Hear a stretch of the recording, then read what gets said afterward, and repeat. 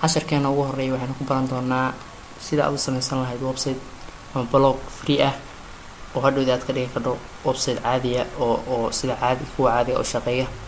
ugu horeyn waxaad tegaysaa Google-ka, qof walba garanaya sida Google loo soo kiciyo, kadibna waxaad ku qoraysaa wordpress.com oo aad rabto inaad ka samaysato website free ah. kadib and then search baan leedahay, wuu ku soo qabtay, waa kana qaybtan aad dooranaysaa wordpress.com create free website or blog. okay, marka free website baan rabnaa, kadibna hadhowda aad sii dooran karo dooqaaga ama joyskaaga lacagtaada la bixi karaa. kadib create free website baan leenahay. markaad create garayso 4 step baan mari doonaa. step koowaad waa kan theme-ka ku dooranayno, theme-ka aad rabto hadhow inaad ku shaqeyso. kan ugu horeeya waan dooranaynaa, tijaabo baan wadnaa.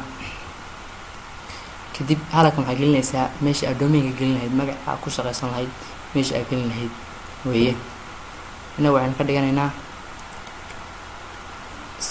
macnaha waxaan ka dhiganaynaa aqoonta domain-keena. aqoonta kan qaybtan bis baa free ah, qaybta kale waa lacag, hadba taa rabto ka dooran karaa. qaybtan waa qaybta free-ga ah, hadhowna bedelan karaa hadda u baahato. okay, aqoonta waan select garanay. stepkii labaad ayuu ahaa. stepkii saddexaad waa kana aad ku dooranayso. qaybtan baan sii dooranaa oo free ah.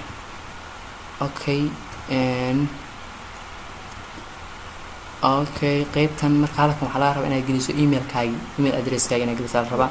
waxaynu gelinaynaa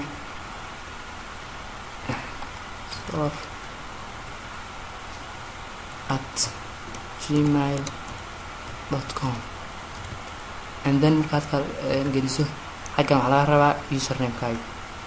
waxaan gelinaynaa aqoonta oo username-keena. okay,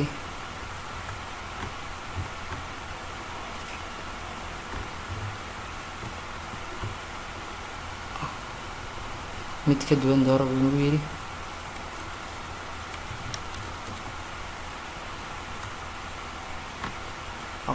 aqoonta uu idinka diiday, aqoon baan ka dhiganaynaa.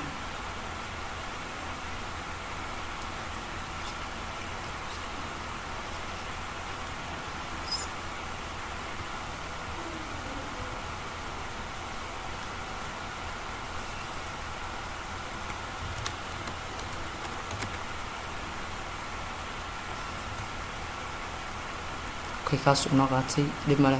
isagaan jeesayna halkan iska dejinaynaa passwordka oo secret u ahaado.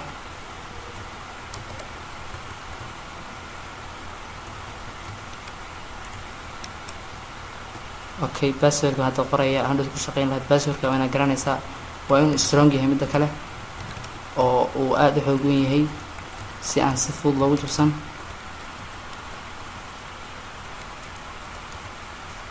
kadib intaas markuu passwordka ka dhigato, meesha ugu dambeysa waa create ama abuur accountigaaga.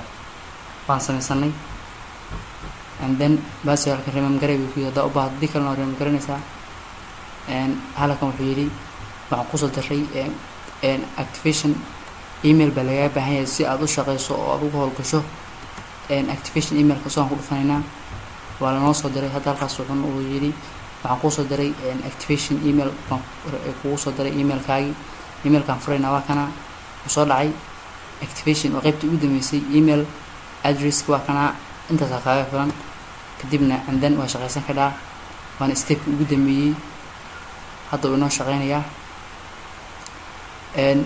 casharkan waxaa ku xigi doonaa casharo dambe aan ka bixin doono qaybo badan oo network ka mid ah.